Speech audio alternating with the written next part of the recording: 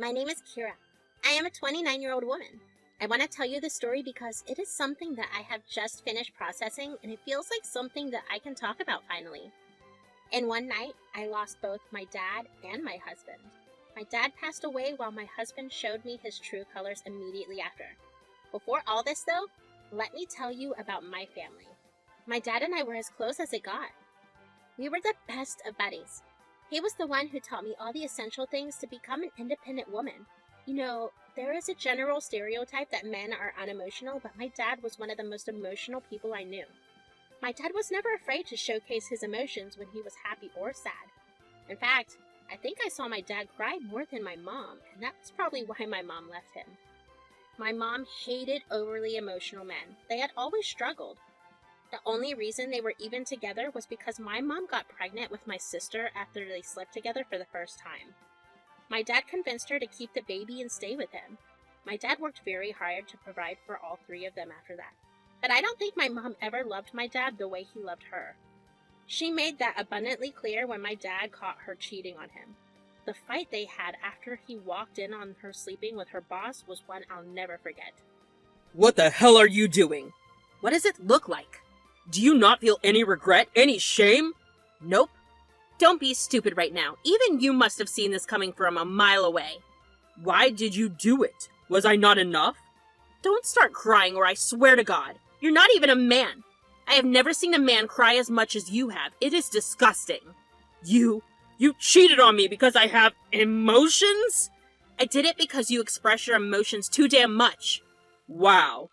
So it's alright for you to do it and not me. I'm a woman!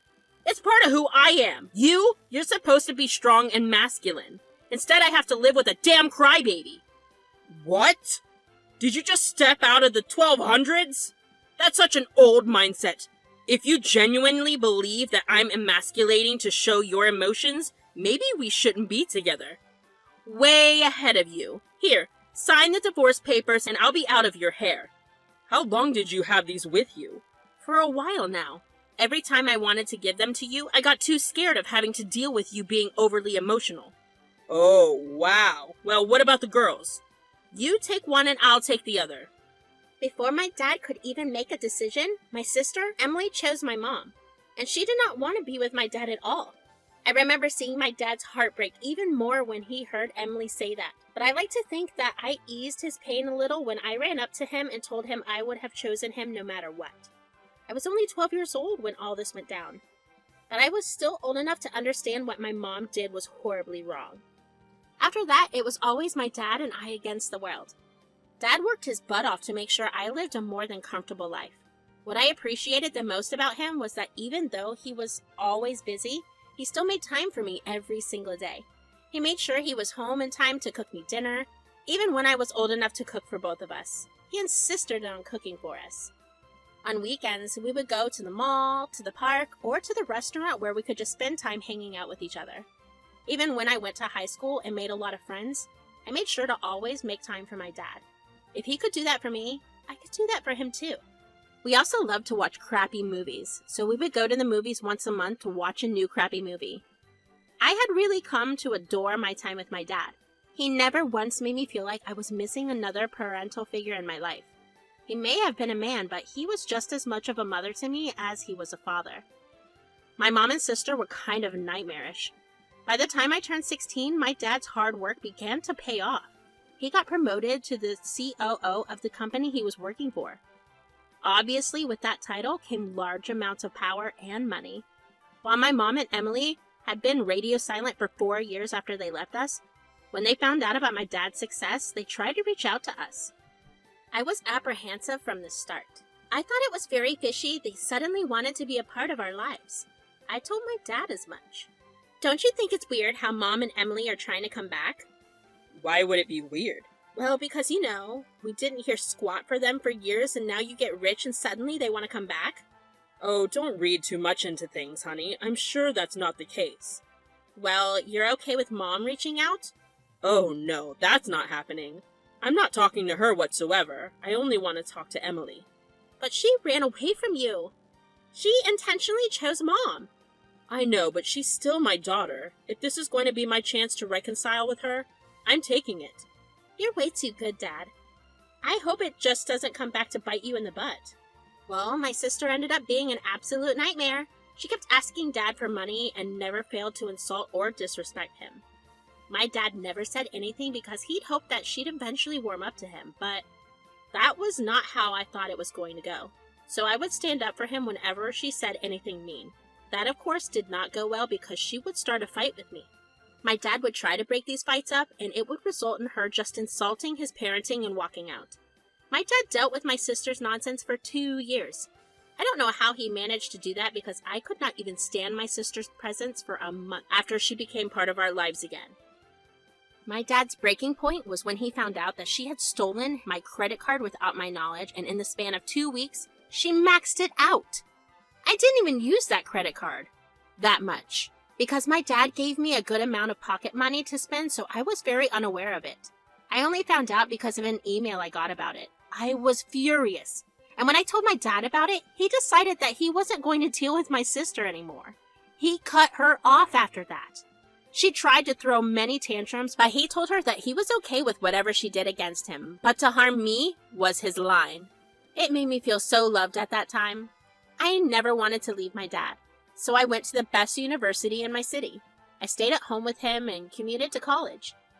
It was at college that I met my ex-husband, Jude. Jude was in the year above me, and we met when he was a senior. We were part of the same club, so that's how I got to shoot my shots with him. He didn't really pay much mind to me, but I had a huge crush on him. He had always seemed uninterested in me, but I wasn't one to give up trying so easily.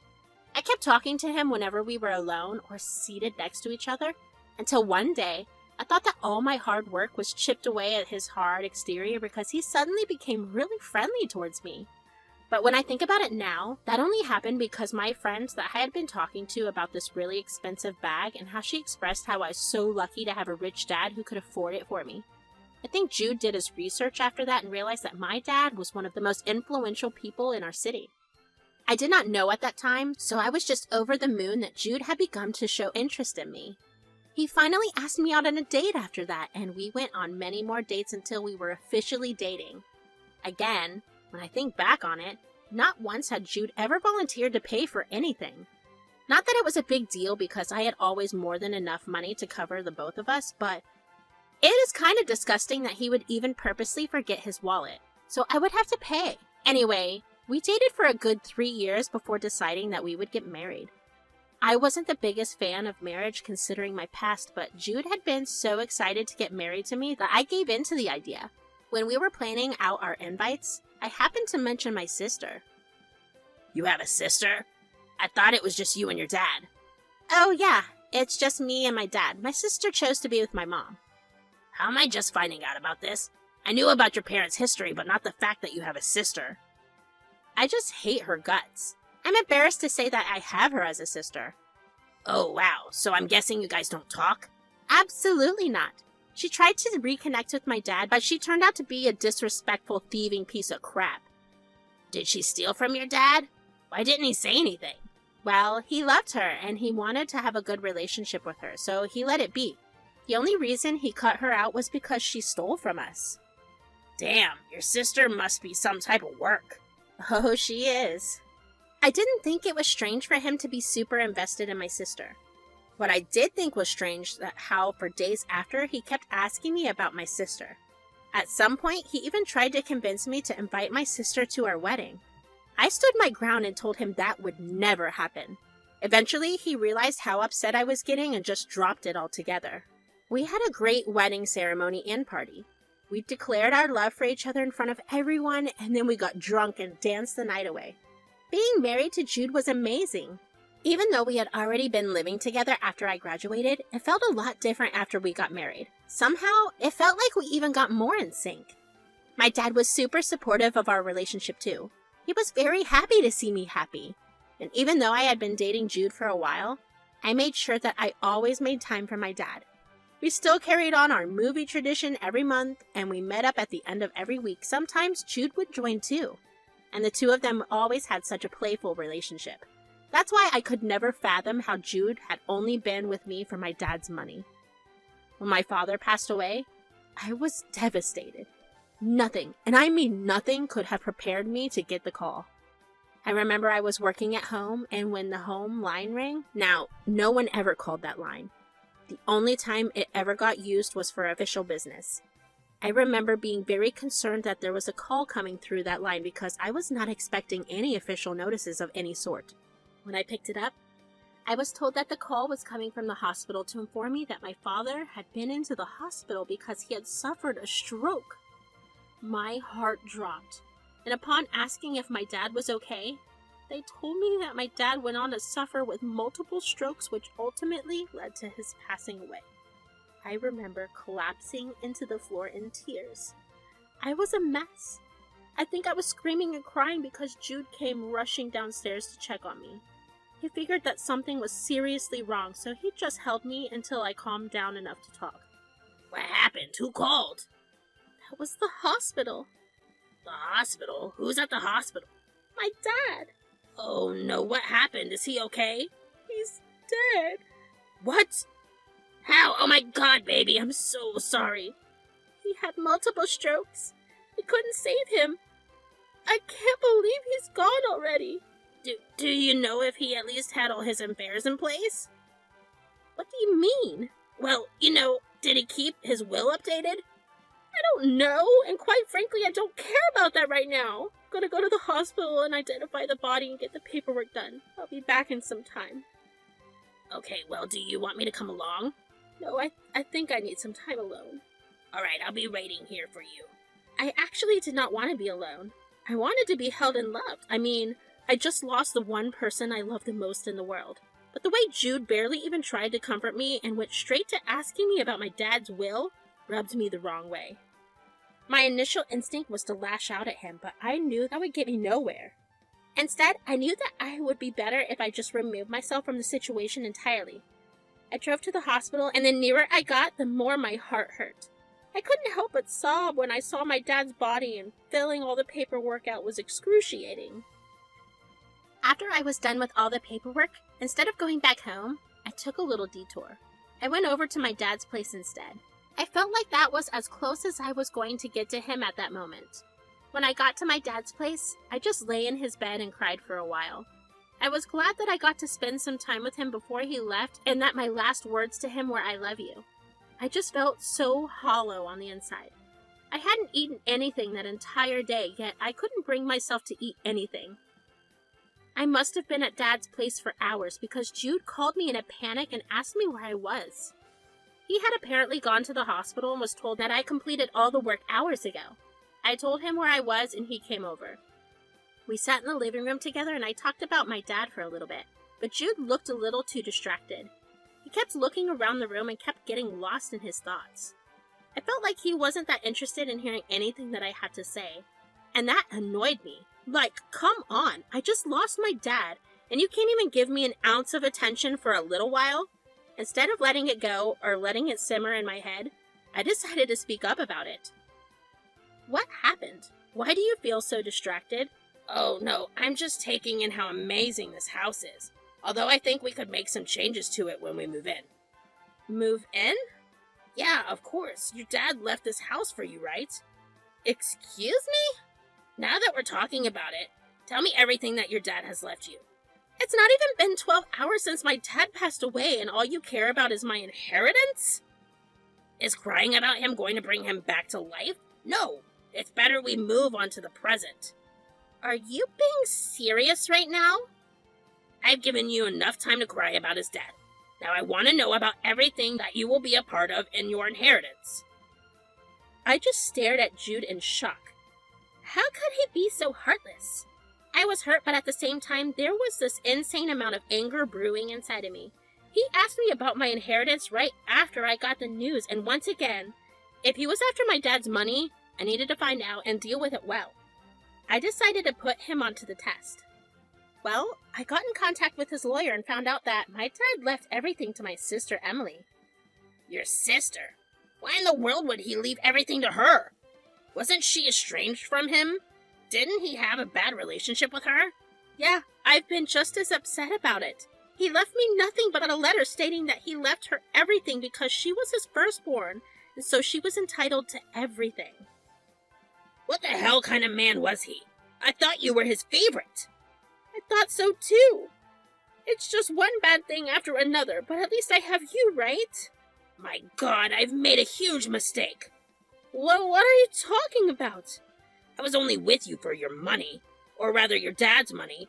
I thought you were going to inherit everything, so I was bored with a stupid relationship. Is that really what this was all about? Did I mean nothing to you? God, no! I have to go. Where do you think you're going? To your sister's. What? How do you even know where she is? I don't even know that. Please. If I wanted your dad's money, I needed to have all my bases covered. I began talking to your sister after we got married and began sleeping with her a year later. Of course, I know where she lives. You've been cheating on me with my sister?